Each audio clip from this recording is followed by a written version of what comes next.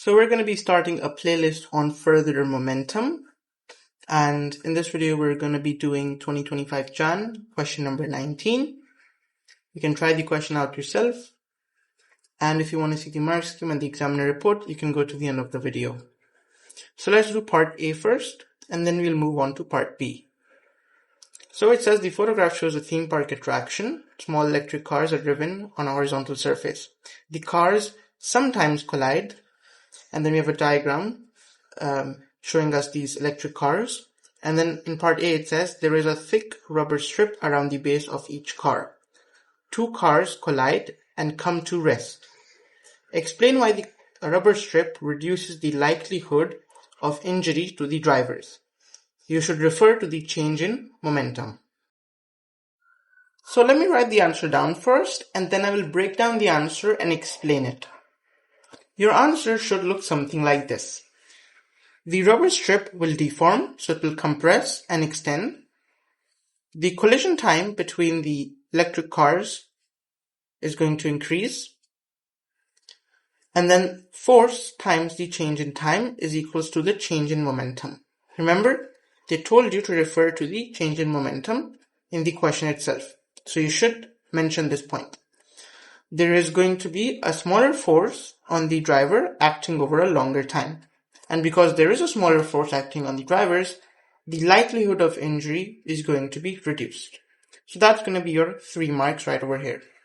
Now let me break it down and explain all of this one by one. So what we're going to be going through now is a video. So the video will play, and I want you to watch the video and observe what happens. Favorite demonstration of impulse. I have 2 eggs, same mass. I'm going to try to throw each egg with the same velocity. That means they have the same momentum.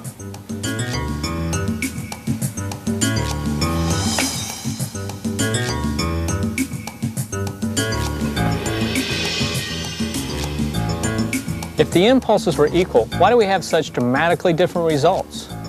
The wall applies a big stopping force over a short time.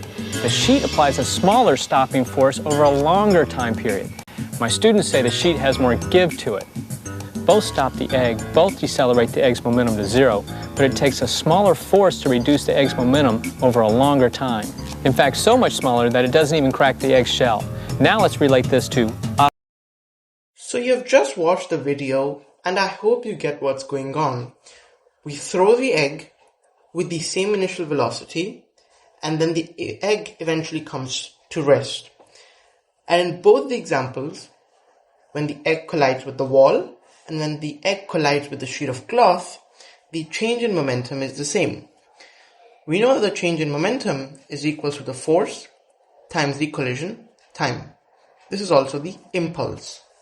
Now the wall is a much harder material and it does not deform. So the collision time is much less and the force is much more. The force on the egg is increased. Now the sheet of cloth is much softer and it does deform, the same way the rubber strips deform in the electric car example that we are doing. And because of this, the collision time increases and the force on the egg is reduced. So using all of this information, we can summarize and write it in a single statement that the collision time and the impact force depend on the nature of the materials in contact. So the nature of the material of the wall and the cloth is different. Because of that, the collision time and the impact force will also be different. So I hope you get a clear idea of what's going on here. So now I'm going to connect this question and make it more understandable by doing this numerical question. So we have 2 bumper cars, A and B, and they both are traveling towards each other and they're going to collide. After both of these bumper cars are going to collide, they're going to come to rest.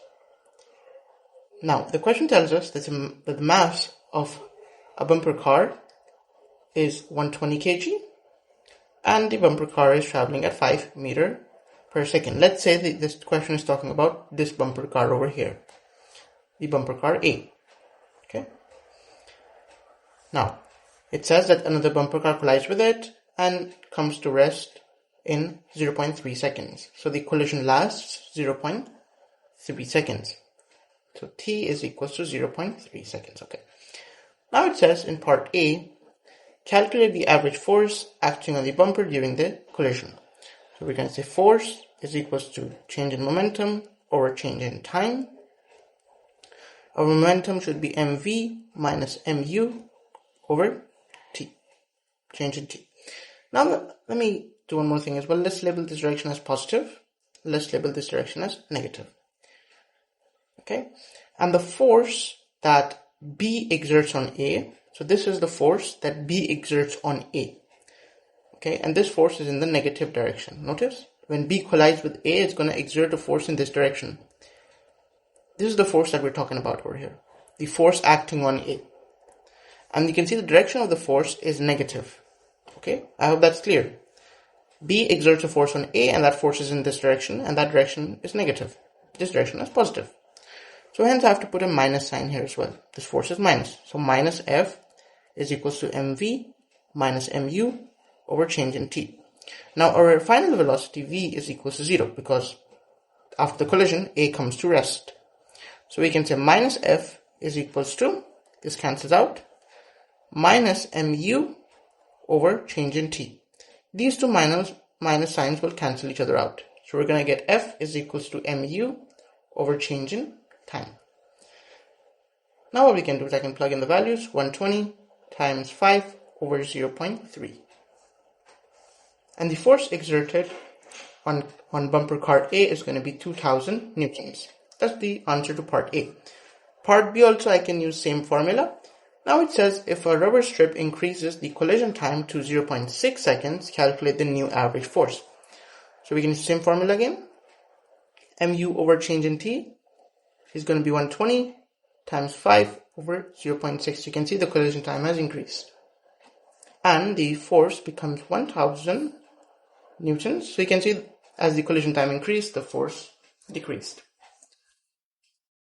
I hope you understand part A of this question. I've done my best to explain it. If you still have any doubts, let me know in the comments.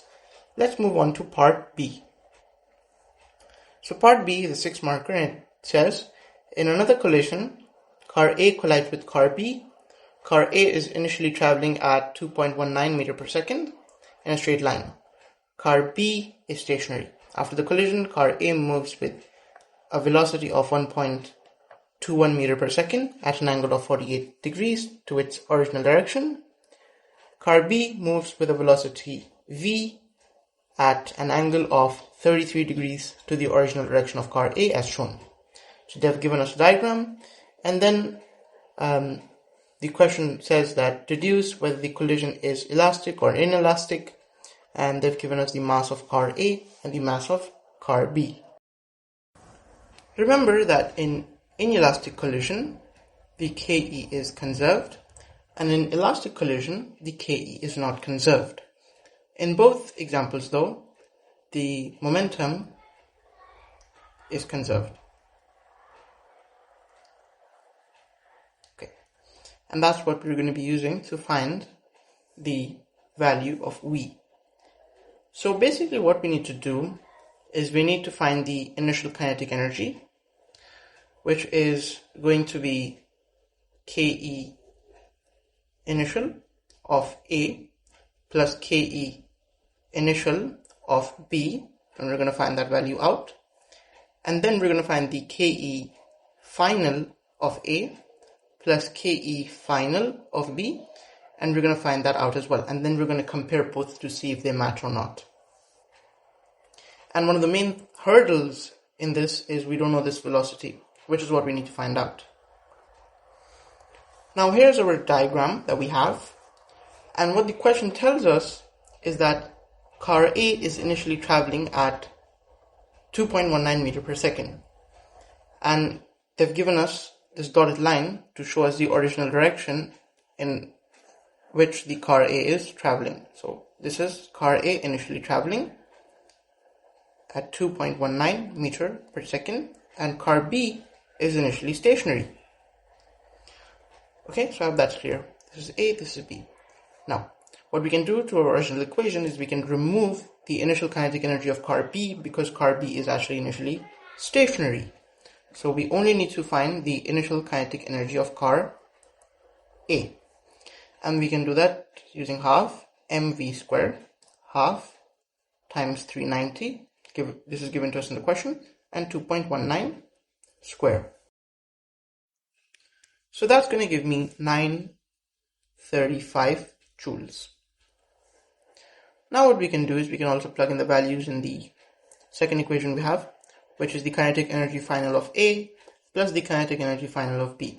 That's going to be half times the mass of A times the velocity of A square, the final velocity of A square, plus half the mass of B times the final velocity of B square.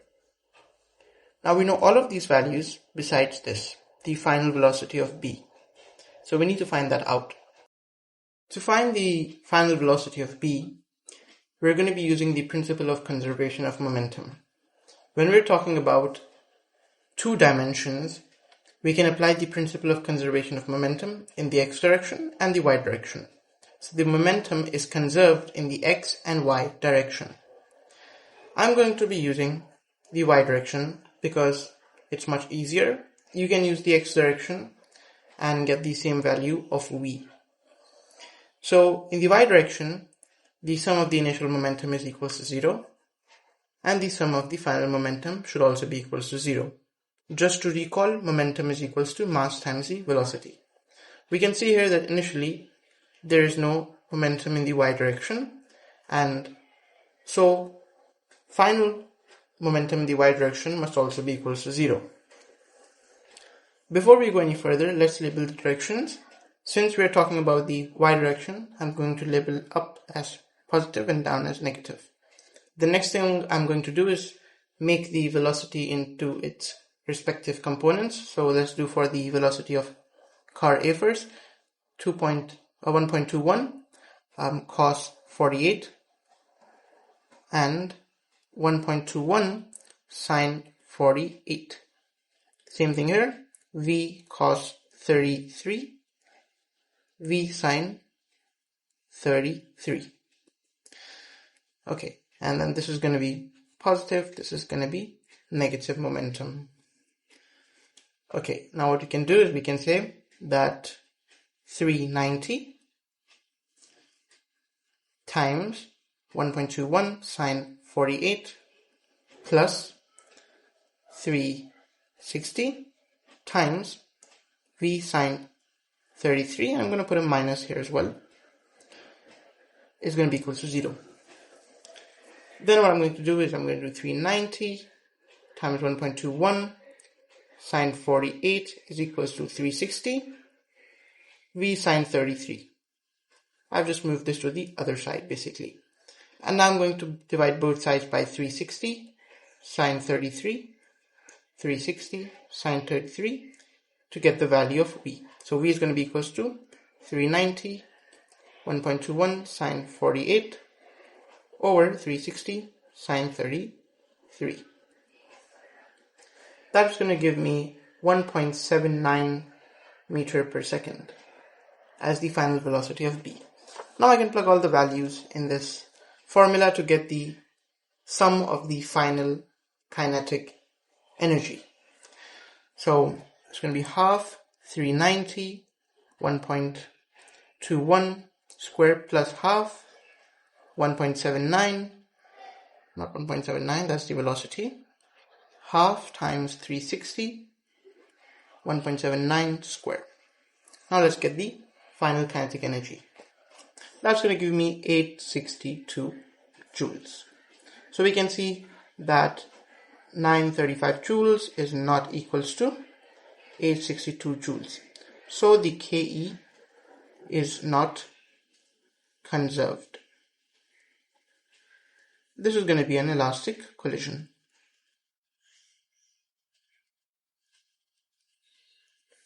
So I hope this question was clear. You can also use the momentum conservation in the x direction. We'll get the same answer. So I hope the part A and the part B were clear. Now I'm going to show you the Murray scheme and the examiner report.